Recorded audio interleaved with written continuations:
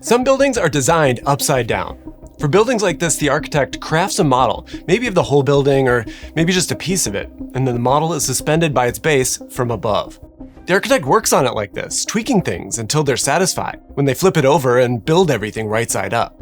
This convoluted process has created some of the most incredibly beautiful and sophisticated buildings in the world, and it's been happening for hundreds of years. Sometimes it's the only way to solve a very particular kind of problem. The architect Christopher Wren ran into such a problem while working on the most significant building of his career, 10 years after he'd started construction. By 1685, the foundation and the ground level of St. Paul's Cathedral in London, they were already complete. It was common practice during those days for an architect to continue designing such a large and complicated building even while it was being built, and Wren made all kinds of models during that time to work out the design. Wren's initial design, like this one, was actually rejected for being too radical, so the one that was under construction was a kind of a compromise that Wren wasn't exactly happy with. So Wren went back to the drawing board and tinkered with and sketched out a new design that sprang from the parts that had already been built, while replacing everything above. He figured that with this same foundation, that he could build the tallest building in London. This meant capping everything with the highest dome ever built. The king approved the new design from Wren's sketches, but the problem was that Wren had no idea how to make a dome like this. It would have to be 365 feet or 111 meters off of the ground, and this impressive height was the driving factor for the design. For a traditional dome design to reach this height, it would have to span an opening that's 160 feet or 49 meters wide. But this made it much too heavy for the walls below. Existing techniques for building this just couldn't work. So he consulted his friend, Robert Hooke, who claimed that he had a new approach: design it upside down. Hooke was a scientist and an engineer that had already been fascinated by studying how materials behave when they hang from above, or what's called funiculars.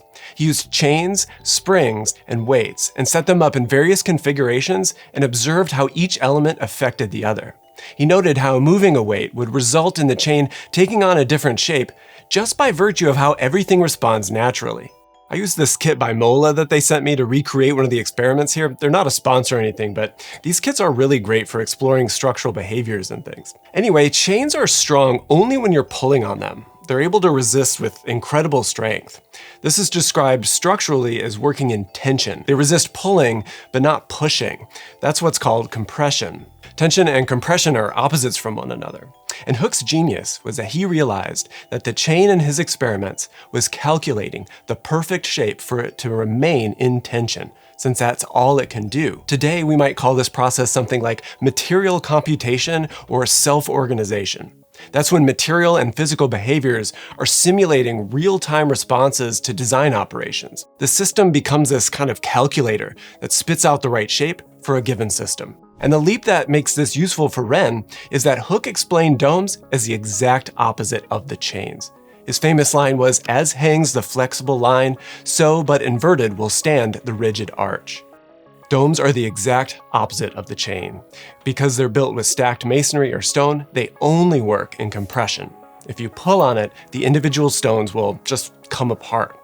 So if you flip the shape of Hooke's chain experiments upside down, the forces flip, and this shape is the perfect compression system. The shape of this chain doesn't look like a traditional dome, which is just a half of a sphere or circular.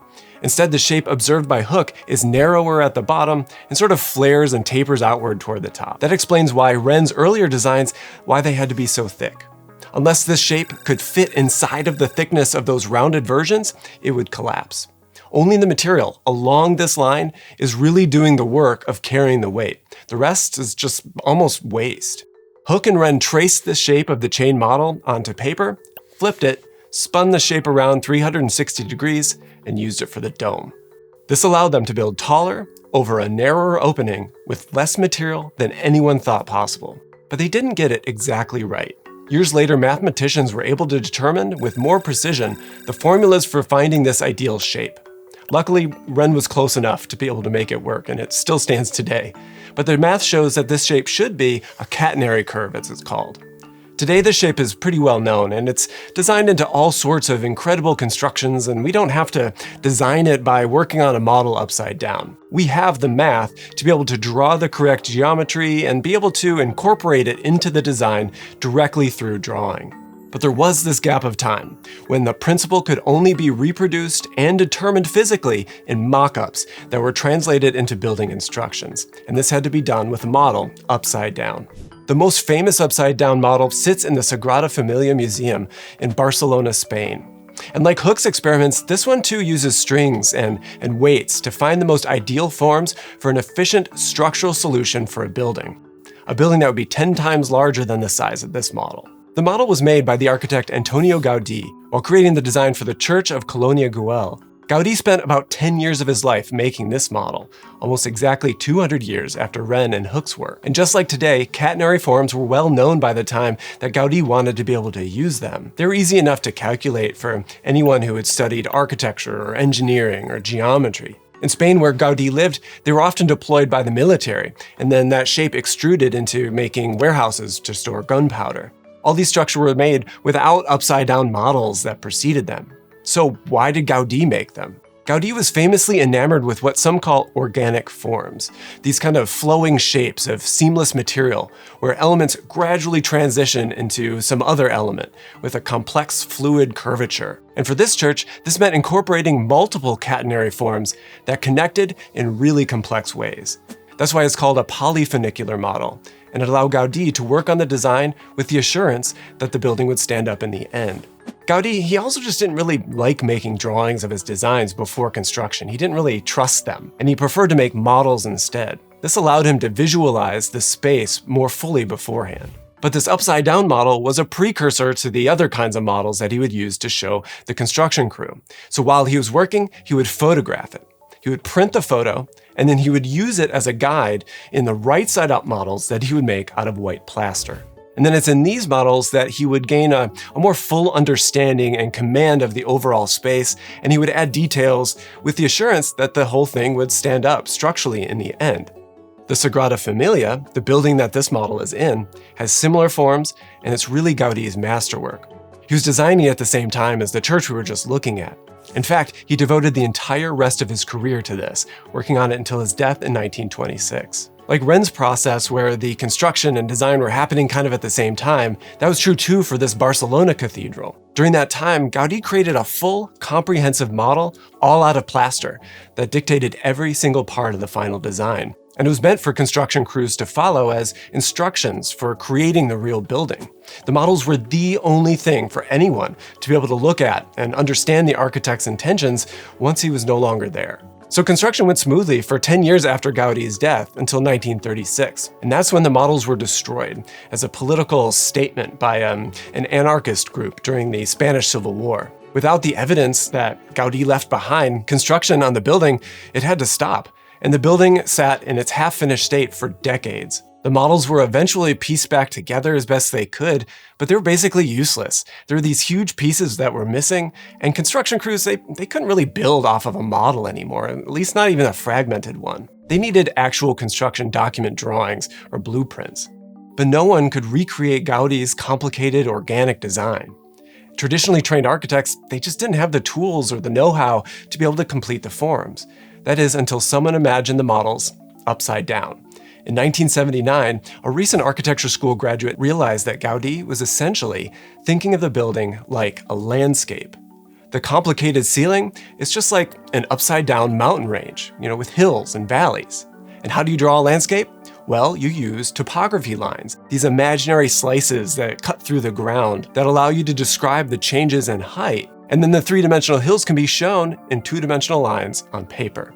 And that's how you can understand the forms of Sagrada Familia. Burry translated and drew the construction documents for the entire design, drawing it like mountains and a landscape. The building is due to be completed in 2026, 100 years after Gaudi's death. Despite the fact that the cathedral appears smooth and solid, structurally, it really works a lot like those chain models. Structural forces collect into specific lines that take them down to the ground. The chains are basically translated into stone structural ribbing. The surfaces between the ribs, they're filled in, but they're not really acting structurally. They don't help the ribs out at all. If that entire surface were part of the structure, it would behave more like a shell, and that's where forces flow evenly across a surface. And as you can imagine, that is much more complicated form and set of equations to be able to calculate. But when done, the resulting thin shells are some of the most impressive spaces and feats of engineering that you can imagine. The same year of Gaudi's death in 1926, an engineer was born that discovered a way to design perfectly efficient shell structures. And of course, it involved building models upside down. For years, Heinz Isler was designing and making thin shell structures, along with notable folks like Luigi Nervi and Felix Candela. All these engineers were using complex mathematics to be able to arrive at solutions which seem almost impossible, spanning dozens, if not hundreds of feet with only inches of material. But these were limited to simple, known, and mathematically predictable shapes. But Isler was channeling Robert Hooke's experimental mindset, and he figured that hanging fabric is the same for shells as hanging strings are for arches. So he hung some burlap from a wooden frame, and to preserve his structurally perfect sculpture, he took it outside into the cold Swiss winter and sprayed the fabric with water. In a few hours, his fabric was coated in only 1 millimeter thick of ice, and that incredibly thin membrane that was made spanned 3 meters across without any internal support. And he went on to test all kinds of starting points to observe the results. He also built a few, mostly as canopies for indoor tennis. In some ways, this process of using material properties of models while upside down is like a structural fail-safe. While working on it like this, the project inhabits this other universe with these special rules where no matter what you do, the outcome will be structurally efficient and plausible to build. The architect and the designer working this way can do what they want with the assurance that it'll all work out in the end. But it also makes it hard to understand the space that you're creating. I mean, it's upside down. I'm not. And architects like Antonio Gaudi, he didn't really use the upside down model to be able to create forms. He kind of mistrusted the chain models. Instead, those plaster versions are what really mattered to him, while the upside-down chain versions were just there to ensure the rigid structural solution. Also, Isler, he wasn't an architect, he was an engineer, while Christopher Wren and Robert Hooke together formed an architecture-engineer duo. That's why I think examples like Isler's don't quite have the same level of spatial sophistication overall in the final buildings, even though they're incredible engineering achievements. All of these examples use this flipping process when the task was just too complicated for technology of the time to handle, or the tools for calculating everything were just too cumbersome to be able to make decisions quickly for the architect. It demonstrates the power of what's possible when architects and engineers work closely together. It also shows how we can look at buildings in truly isolated and fragmented ways, separate from how they're eventually going to be built. And the fact that you can work on it like this while it's upside down, I think is a cool step that might lead to completely new and super efficient solutions. And that's always something worth exploring. The magic of turning things upside down doesn't just work in architecture. It also applies to fields like industrial design. That's exactly what Henson Shaving does with their razors, and how they've found a way to provide a better, more satisfying shaving experience that's less expensive in the long run. Most razor companies lure you in with a cheap handle and then make their money by hooking you on proprietary disposable cartridge heads. They charge you like $2 a piece for each one just because it has 5 blades and a slimy lubricant strip. The next thing you know, you've spent hundreds of dollars trying to keep a decent shave. Turns out, one blade is actually better if you mount it correctly. So Henson precision engineers and crafts handles and heads that you buy once. This gorgeous hunk of aluminum holds a single blade along its length, exposing only 27 microns. This means there's no way for the blade to flex, bend, or cause irritation. Henson's expertise, it comes from making parts for satellites and space probes. They've engineered stuff that's on Mars right now. So when we say that 30 degrees, this is a perfect angle for a blade to shave the skin, you can trust them. And these blades, they only cost 10 cents a piece. You benefit with this upside-down business model by investing in a well-crafted personal item and leaving that disposable plastic crap at the grocery store. But because you're here, you will get 100 blades for free. Head to hensonshaving.com, pick whichever razor you like, and add 100 pack of blades to your order. Then when you're checking out, enter the promo code StewartHicks, all one word, and the prices of the blades will be deducted from your order. You probably won't have to spend another dime on shaving for at least a year. And I've loved my razor for a few years at this point, and it still looks and feels fantastic. So treat yourself or someone else with a gorgeous razor and get those free blades with promo code StewartHicks. Links down below. Enjoy, and thanks for watching.